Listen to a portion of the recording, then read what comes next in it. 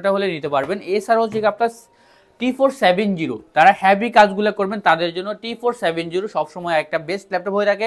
Freelancing collection এটাকে বলে, graphics designing এর জন্য।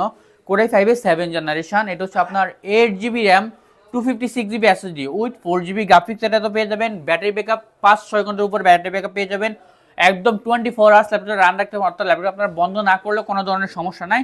এটা প্রাইস পড়বে শুধুমাত্র আজকের জন্য 21500 টাকা। 21500 টাকা নিতে পারবেন T470।